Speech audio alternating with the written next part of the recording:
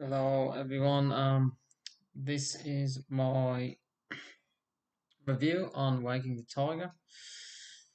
Um, so much to say about this book. Um, so much wisdom in there. Um, Almost too much. It's definitely one that I will have to reread. Probably not just one more time, but a couple times. And I believe, um, you know, every time I read it, there will be more and more to gain from it. So, just touch on some of the initial points I got from my first read of the book. Um, so it started off, I guess, almost instantly with something which I really enjoyed. That Peter mentioned was we all are quite familiar with the fight or flight, but less so with the freeze. And I just really enjoyed how he expanded on that, and yeah, just gained that extra little bit of knowledge on that. So that was kind of straight from the start of the book, already gaining new knowledge.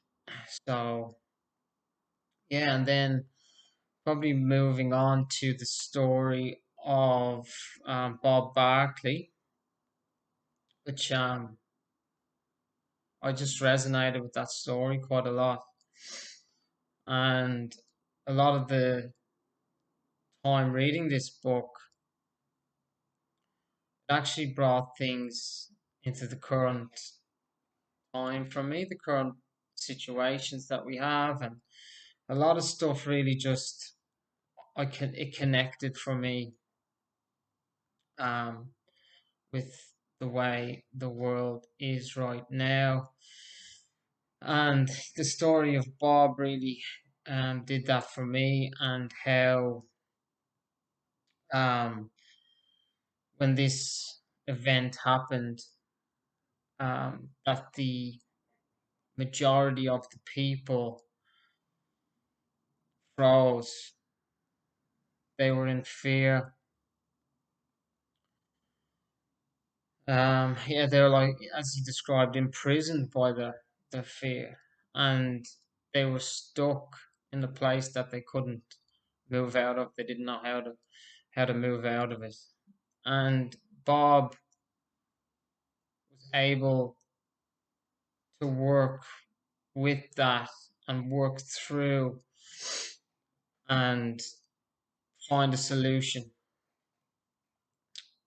And it just resonated so much with me, for things that have gone on recently, and how, from my perception, people that have been able to work through,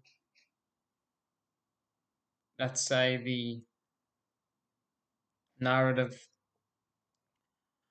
the last few years, and have seen it for what it is, and have found solutions along the way, and even evolved and even come more into themselves in that process, compared to people who have just been overrun with fear. And um,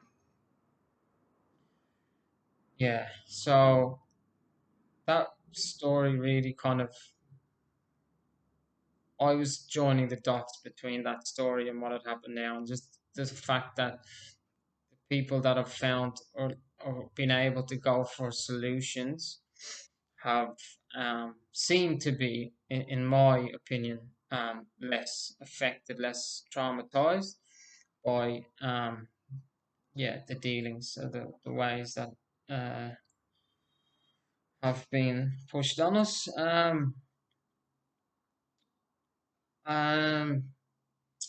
Another great thing I got from this book was the fact that we do not have to remember our traumas to resolve them, to release them.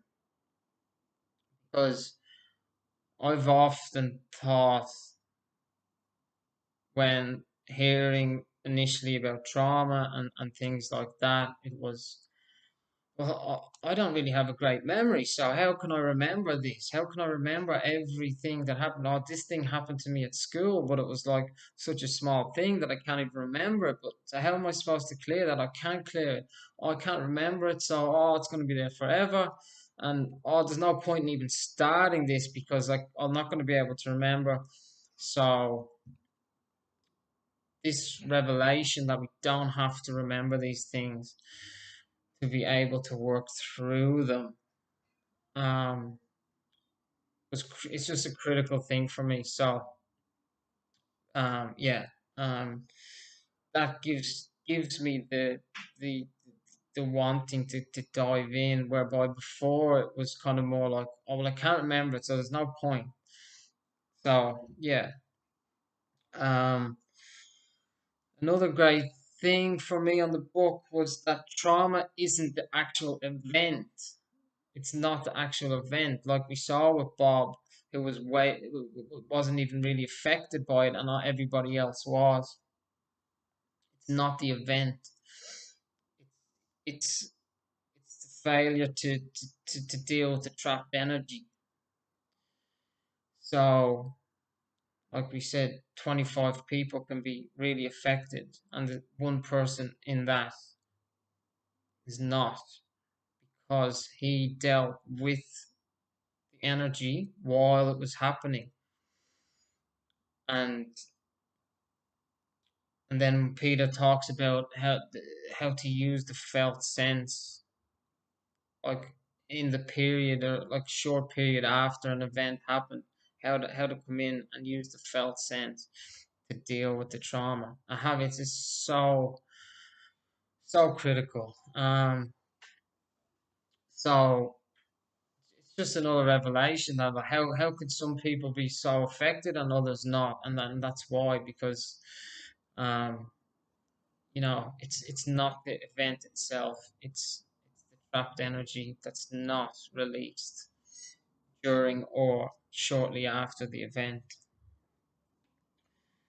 um Another thing I really loved about the book was the comparison between the humans and the animals, and even within the animal, I suppose, the reptilian, and then the animal, and then the human, and how they all work together, and all of that was just, I really enjoyed that. For me, that's something I want to do more on.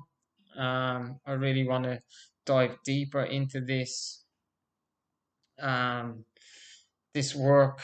I've already kind of started looking up some of Peter's trainings, and yeah, it's something that really spoke to me. This book, the diving deeper into the trauma. I just found it really so interesting. Like I really enjoy it. I really like enjoy um learning about it, and how I could be of service um to others, and how this kind of this way is just seems to be the way, instead of the old paradigms of going and sitting in a room for 20 years and just talking and talking about the same things and not really getting any results from it. Um, yeah, so that was, uh, great for me. The Another point kind of noted was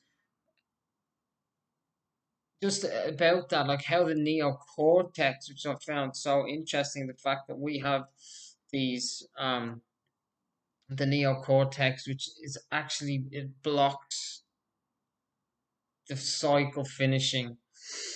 So it blocks the reptilian brain um, from completing the instinctual cycle to complete. The neocortex comes in and takes it away. So all of this stuff is just so interesting for me, and just kind of mind blowing how, yeah, this information is not mainstream, but I personally think there is a reason for that. Um, yeah, so the last point I wanted to make about the book was, and the quote that was the title was, "As they go in, so they come out." And for me, again, so Peter talks about if you go into a surgery scared, worried, anxious, then that's how you're coming out of it. If you go into anything like that, as they come in, so they come out. So for me, again, I was able to, or I did really join the dots with this one to the world that we see today and the ramp up of things over the last few years. And